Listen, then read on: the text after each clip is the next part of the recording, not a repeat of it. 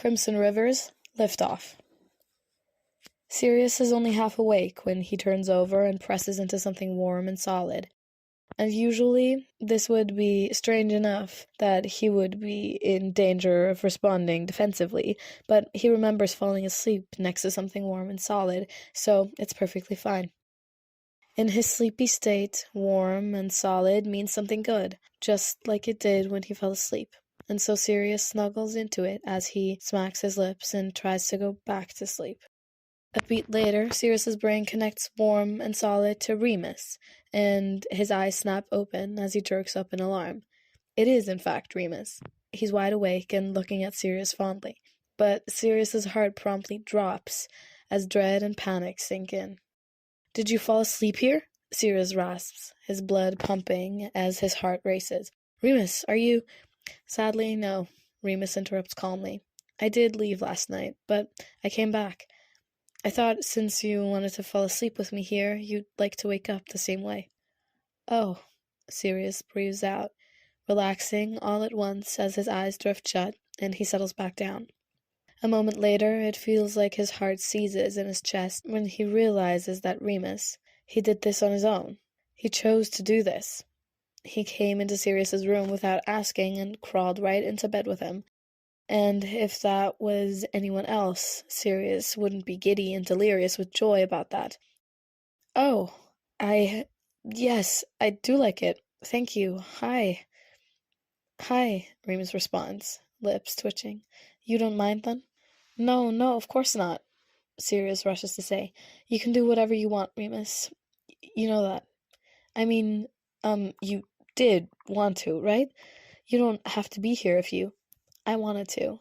I want—" Remus's gaze flicks down to Sirius's mouth, lingering, then flits back up. "I want a lot of things."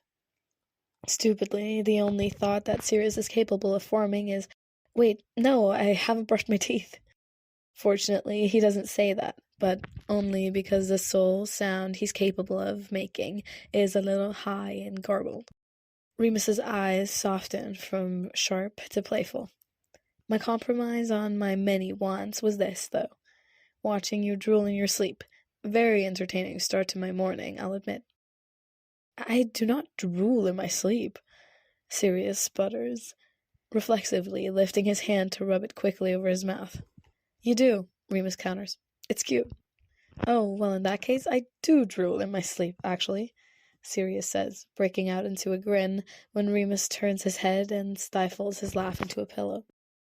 Sirius thinks it's so lovely, just gazing at him, and before he knows it, his hand is reaching up to gently push back where his hair flopped over his forehead.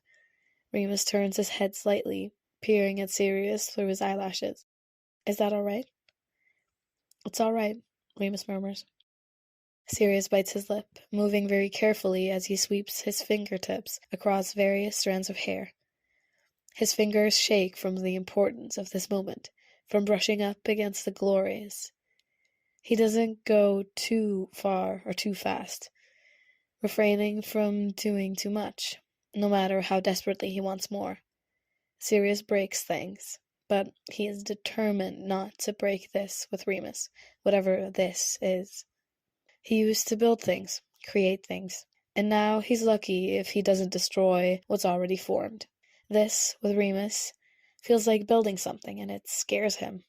He never means to break things, especially what's important, and Remus is undoubtedly one of the most important things to come within reach of the ruin he carries in his palms. Overcome with his own wariness, Sirius draws his hand away, swallowing thickly.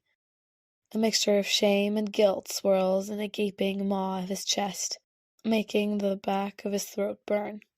Instead, he feels the compulsive need to apologize because he can never tell when he's genuinely done something wrong or when he just feels that he has.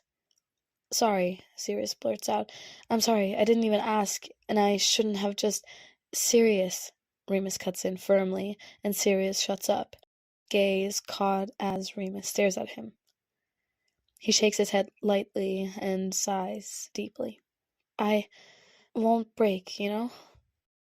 Just wait, I've barely gotten my hands on you yet," Sirius says. You can't break what's already broken. Remus quirks a tiny smile. Besides, if breaking is the result of being touched by you, I won't be satisfied until I'm in shambles.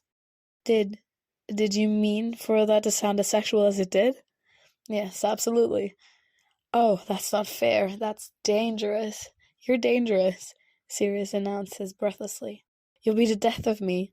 All that's tried to bring me to my end, and it'll be Remus Lupin and his poetic innuendos. Remus chuckles, then proceeds to rock forward and roll right on top of Sirius, pushing him on his back onto the bed with the weight of his body. Which, oh, okay, that's a lot for Sirius's brain to handle, honestly, and he briefly short-circuits. No, really, Remus might actually be the death of him. Remus is.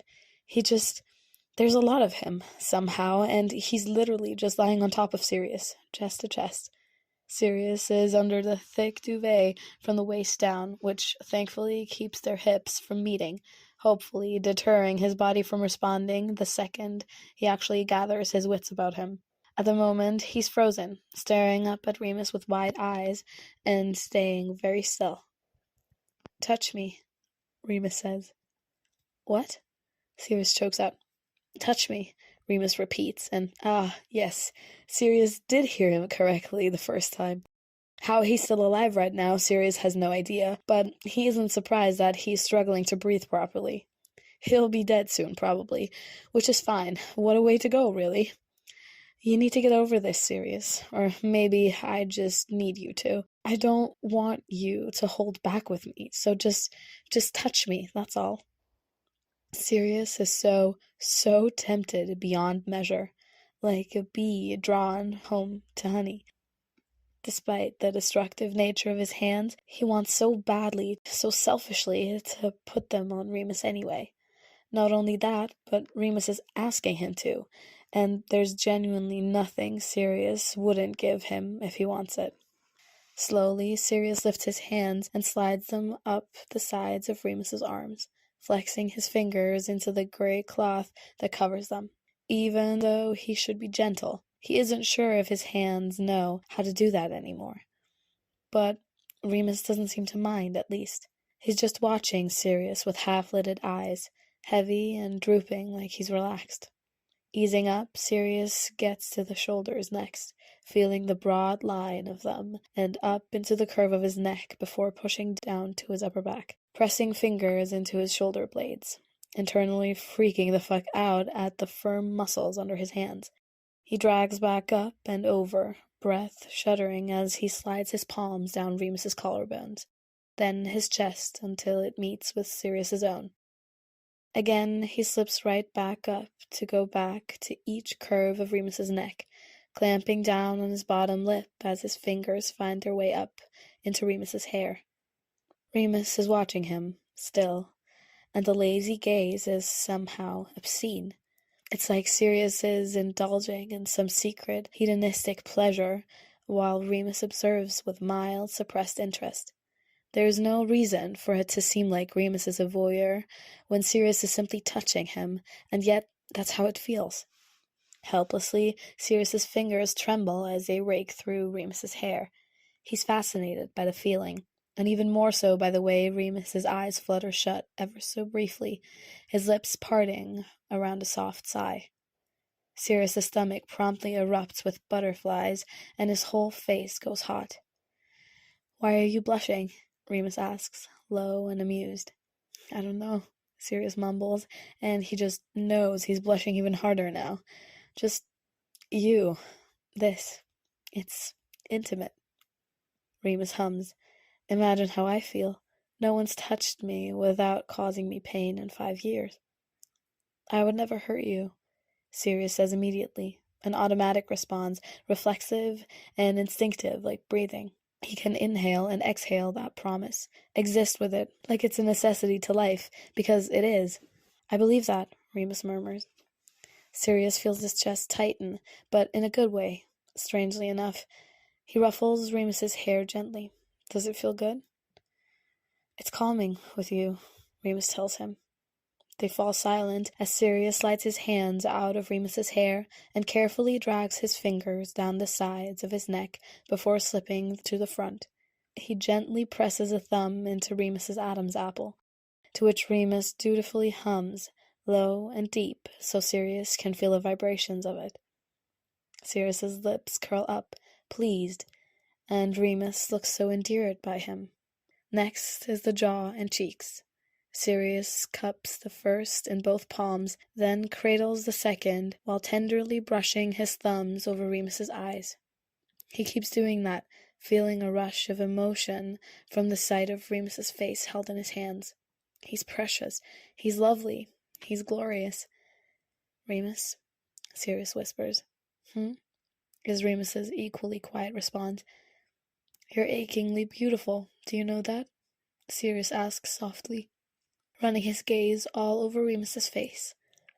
This means he gets to see in perfect detail how Remus's eyes flick down, his lips curving up, a bashful response that only becomes more apparent when Sirius feels Remus's cheeks heat up under his hands.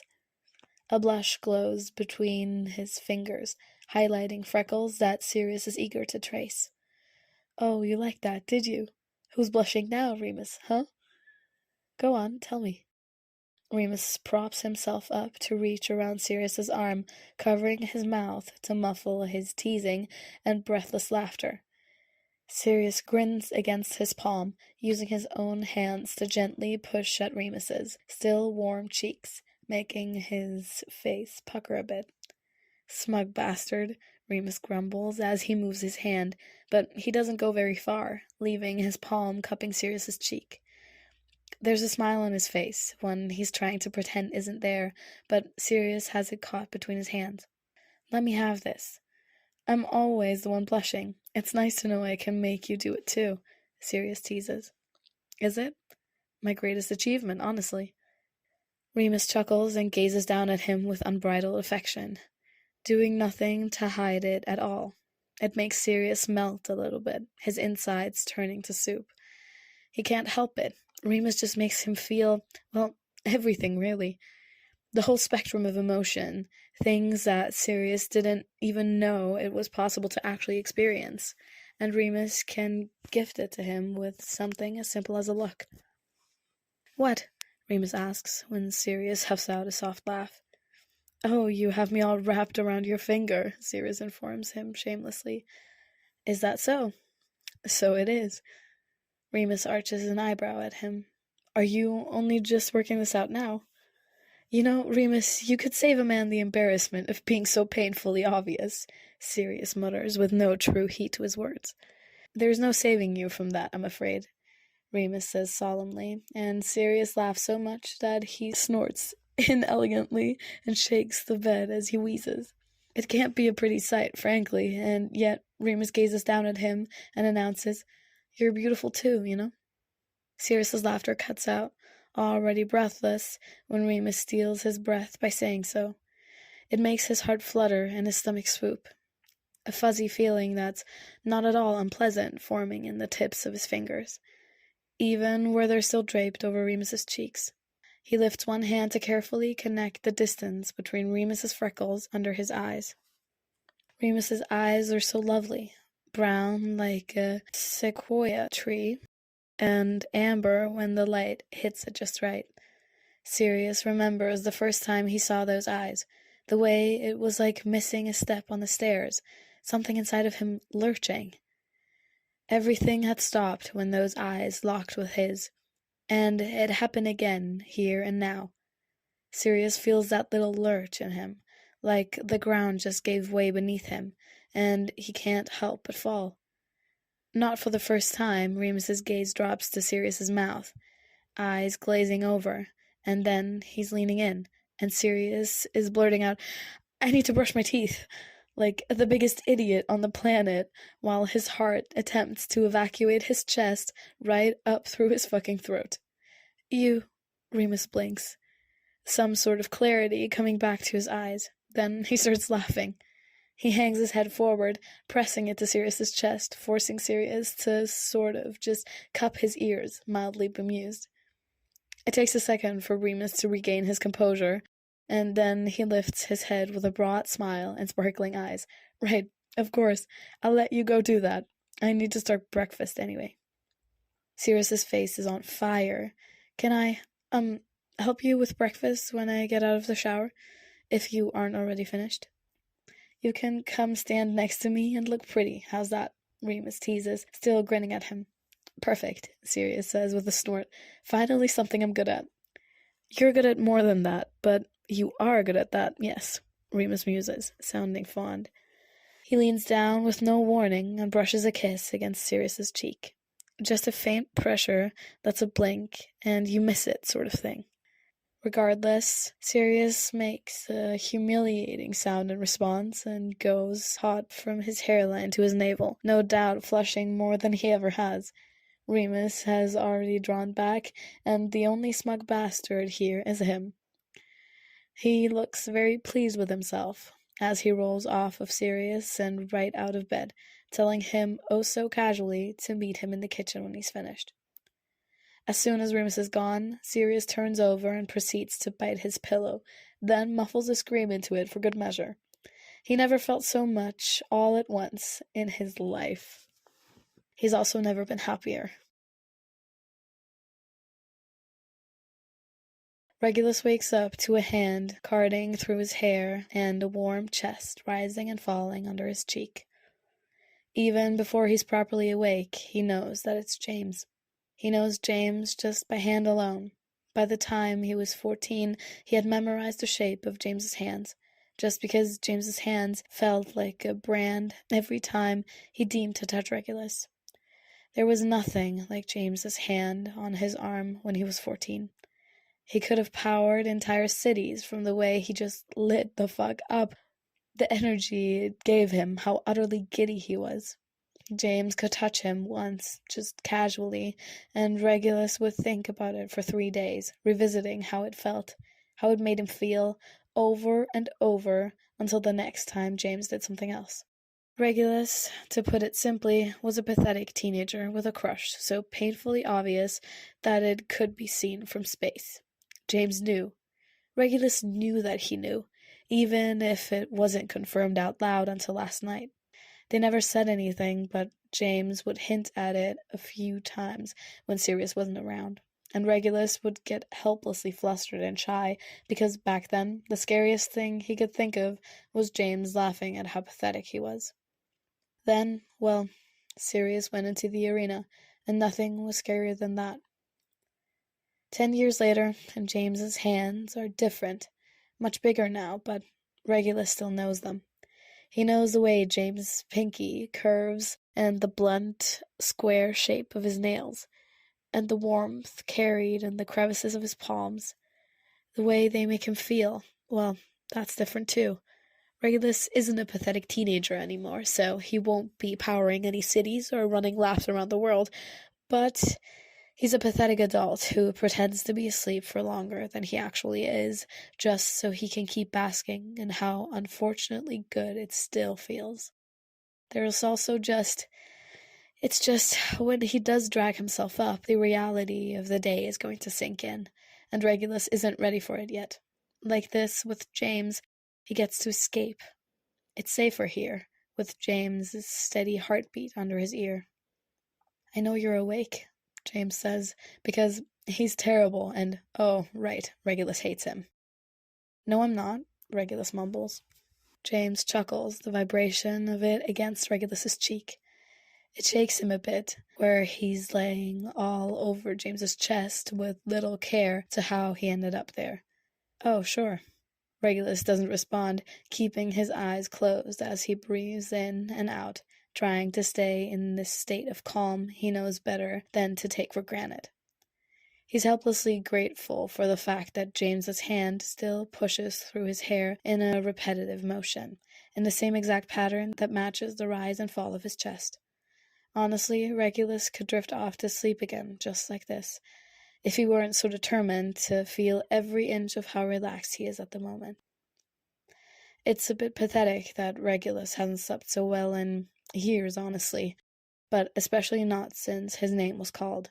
He hates that he slept like a fucking baby just because James was with him last night, all wrapped around him, holding on like he might never let go. He's still holding on to him now, in fact, his free arm looped over Regulus's back.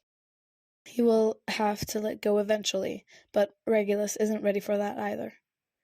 "Did you know?" James murmurs. "You talk in your sleep." "No, I don't." "You do. That's how I woke up. I was moving around a bit, trying to get comfortable, and you told me to piss off." "All right," Regulus says. "So maybe I do." "Of course, when I did try to piss off, you rolled over and latched onto me like a limpet," James tells him, and Regulus can hear the smile in his voice. "I'd assumed you were kicking me out of your bed, but you were just trying to get me to stop moving. You're very grumpy, even in your sleep." Regulus grunts, refusing to be embarrassed by literally anything to do with James anymore. "If you don't shut it, I will kick you out of my bed, literally." "Adorable," James muses with a soft laugh, because he always has the audacity. "That's what you are, just adorable, and clingy too. I didn't really see that one coming." "No. I can respect your determination to deny this, even while you're literally clinging to me." "I hate you," Regulus announces, with a heavy sigh, peeling his eyes open as he starts to shift away, as much as he despises it. Wait, no, don't do that. I'm sorry.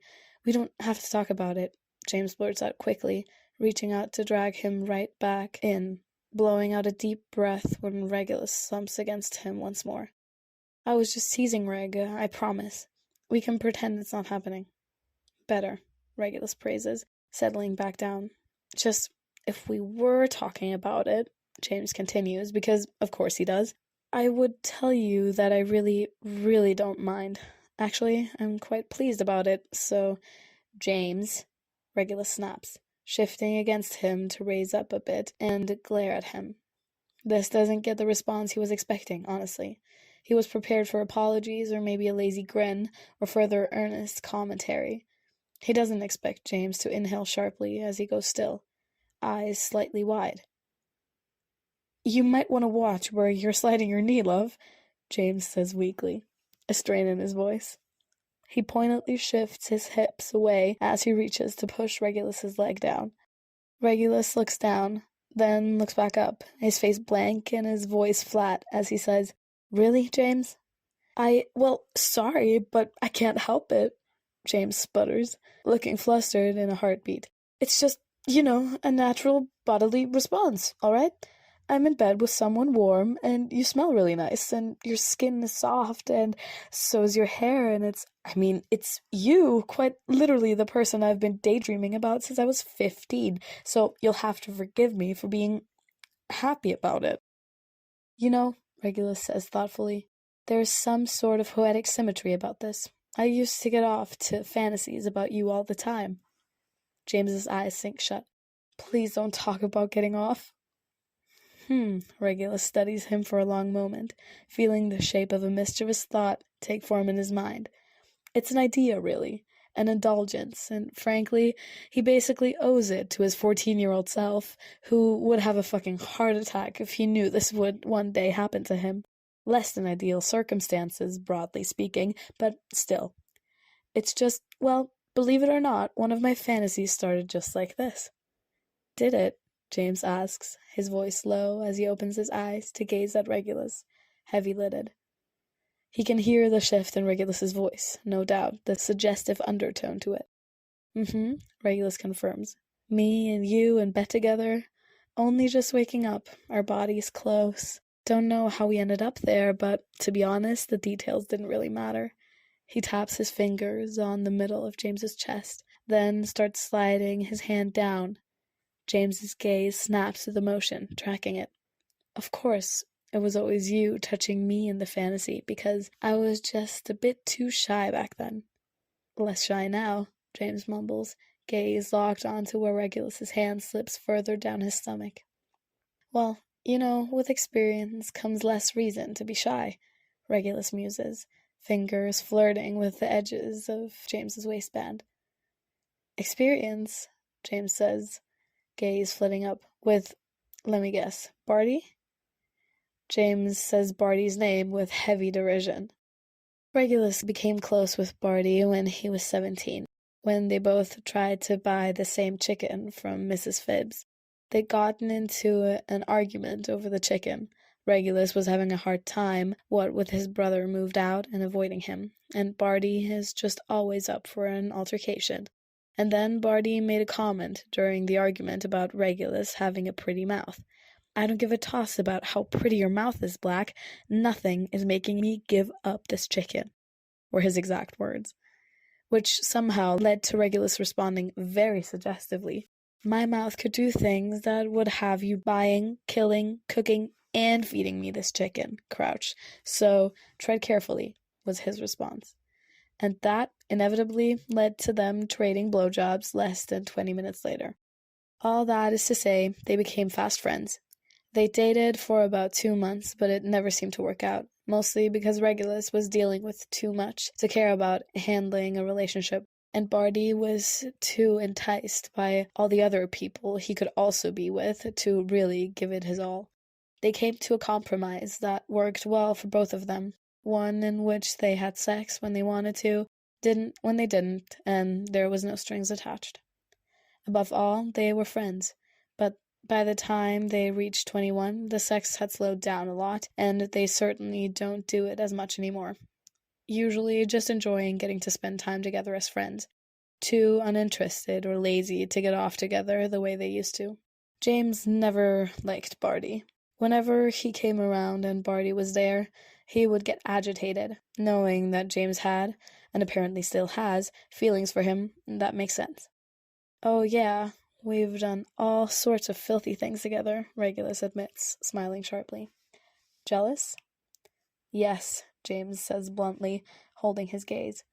"You poor thing," Regulus replies softly, clicking his tongue, and then he curls his fingers in James's waistband to snap it against his skin. James jolts a little, inhaling sharply, yet again, and Regulus laughs quietly. "Like you never had anyone. You kissed a girl right in front of me when I was 13. Just about broke my heart, you did." "Tracy," James murmurs, because of course he remembers the name of the first person he kissed at 14. Regulus hums, "Yes, that one. And then you dated Renee when you were 15. I overheard you talking about what you did with her to Sirius. I handled that better at the age of 14. So then, well, it was a little while before you got with anyone else, I think. But then again, I wasn't paying attention." "Robbie was next," James informs him. "I was 19, and I liked them a lot. Just not enough to get over you. Then there was Holly, then Saxton, then Wellis. Then I gave up when I realized no one was going to make me feel the way I did when I caught a glimpse of you."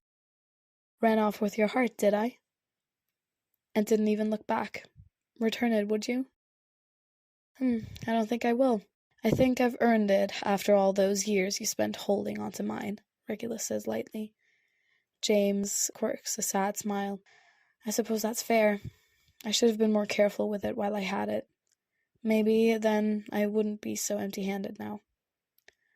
"Poor, poor baby," Regulus whispers, tutting at him, and he once again pops James's waistband.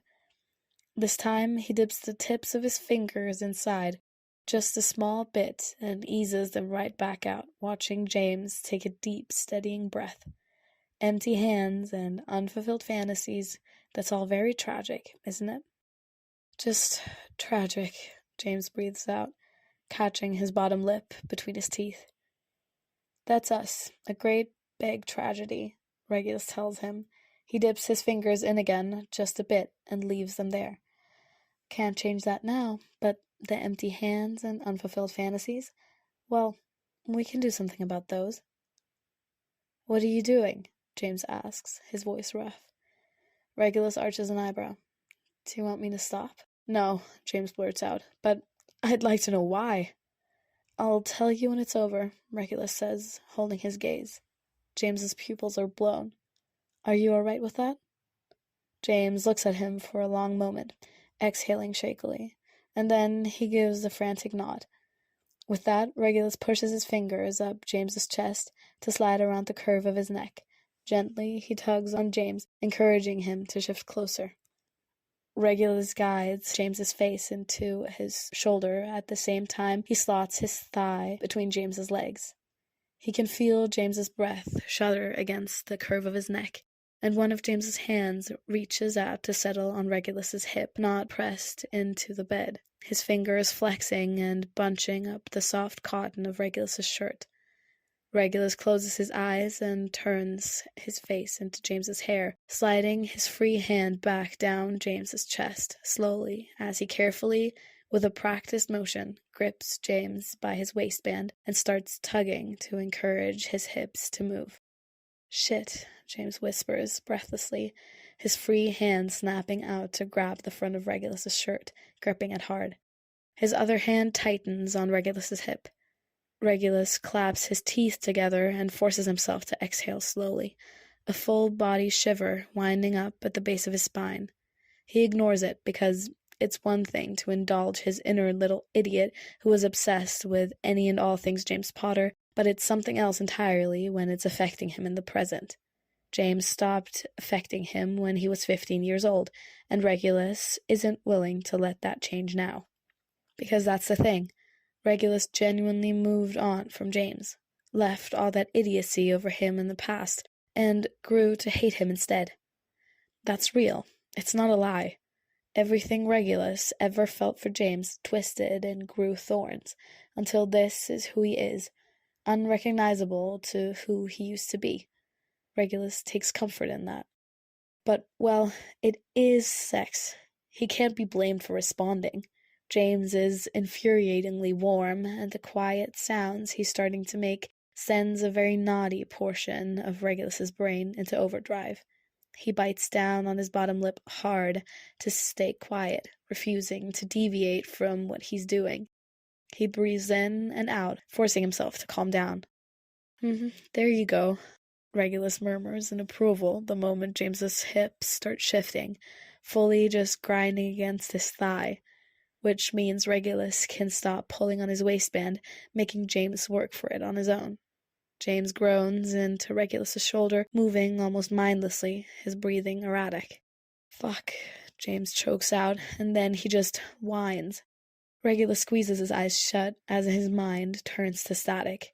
That whine, the one remaining thing reverberating within his skull. That's bullshit. No one should sound that fucking good. That's just not fair. Regulus, James says his name like it's the only word that has meaning. His voice is rough, and Regulus's name is sloppy and desperate in his mouth, like a Hail Mary or a form of salvation. Regulus slips his hand under James's shirt, which would have been a dream come true once upon a time. Regrettably, he's still finding it to be fucking amazing, because James really is fit. Helplessly, he runs his fingers over James's skin, mapping out every bump and divot of James's stomach and chest. James's hips twitch and curl, his fingers flexing on Regulus where they hold on, and then he's abruptly running his hands all over Regulus wherever he can reach. In his hair, over his shoulders, up his sides. He's greedy about it, desperate, like he can't get enough.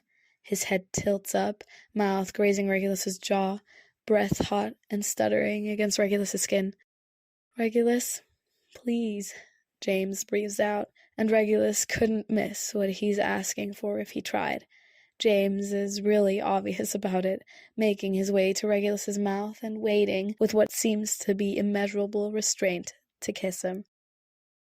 Yeah, no, Regulus isn't doing that. He wouldn't kiss James Potter to save his own life, and he doesn't care how inviting James's mouth looks at the moment. It's not happening. The atmosphere is getting to him, obviously. It's the heat, the feeling of James's body against his own, under his hands, the soft moans that spill out of James's mouth. For fuck's sake, he sounds like sin. That should be illegal. Regulus doesn't flat out say no, but he doesn't quite say yes either. He comes up with a compromise for them both, one he's quite sure is safer than a kiss. He tilts his head and offers James his neck to attack at his leisure, mistakenly assuming that this won't have much of an impact at all. That's before James takes the offering like it's a gift, tipping forward eagerly with a groan to get his mouth on Regulus's throat. He's so gentle about it at first, just soft and sweet kisses that Regulus can mostly ignore, but with each roll of his hips, he grows bolder. Regulus doesn't even notice it's happening until it's suddenly happening, and then James is lavishing at his skin like that's all he's ever wanted to do. Obviously, Regulus has had something similar happen to him before. Barty is a good lover, there's no denying that, but he'll be damned if James isn't just better. Regulus has to catch his bottom lip between his teeth harder than ever to stay quiet, doing his absolute best to concentrate. And it's not fucking working because James's mouth is, it's really, really. James muffles a groan into his throat, breathing hard as his hips start to stutter, and Regulus forces himself to shake it off and get back on track. He blinks hard and swallows, then slides his free hand up into James's hair, holding him in place as he slips his other hand from under James's shirt, raking his nails gently down James's abdomen as he goes, which earns him a full-body shiver. Humming, Regulus dips his hand into the front of James's trousers and pants, once again snapping his waistband against the skin. James's hips jerk, pressing harder into his thigh, no finesse, just eager in the pursuit of his own pleasure. He whimpers, and really, Regulus is going to need him to stop immediately and never do it again. He's never been so desperate to taste the sound before in his life. And he's not about to kiss James for anything in this world. Absolutely not. Regulus, James grasps out, pressing one trembling hand into Regulus's hair and dragging the other down to paw at his side, desperately trying to get him closer. You feel, it's good. I know, Regulus murmurs. Keep going. Don't stop. Fantasies fulfilled, and, well, our hands certainly aren't empty anymore. Come on, James, just one last thing. What? Anything. You can have... Oh, fuck. James whimpers and curls up, his fingers tightening in Regulus's hair. You were already going to give me what I want, Regulus tells him, and James groans like he's been wounded. What? What do you... James cuts himself off, going taut all over, choking out a moan that sounds a lot like Regulus's name. You're close enough as it is, and I'm just here to watch, Regulus whispers in his ear. Show me, James. Shit, fuck, Regulus. James shows him, all right? He arches up and shakes all over, and Regulus begins moving his leg to work James through it, listening to James whine and gasp his name like a prayer. Regulus doesn't stop until James is gasping for air, clinging to him and trembling as he goes boneless against him. For a moment, Regulus closes his eyes and turns his face into James's hair, breathing him in. And then he snaps his eyes open and pulls away, letting James fall back. James spills out on the bed like a puddle, his eyes closed and his mouth slack as he settles. It takes him only a moment to blink open his eyes, looking absolutely amazed. Fucking hell, Regulus, James breathes out in a croak, reaching up to shove his shaking hand into his own hair. He blows out a deep breath. Am I dreaming? Did that actually happen? It happened. Why did it happen? Because you might die today, Regulus tells him bluntly, shrugging one shoulder as he stands up. Consider it a parting gift. Now, get out. Before James can so much as respond, Regulus turns on his heel to go get his clothes and head off to have a shower.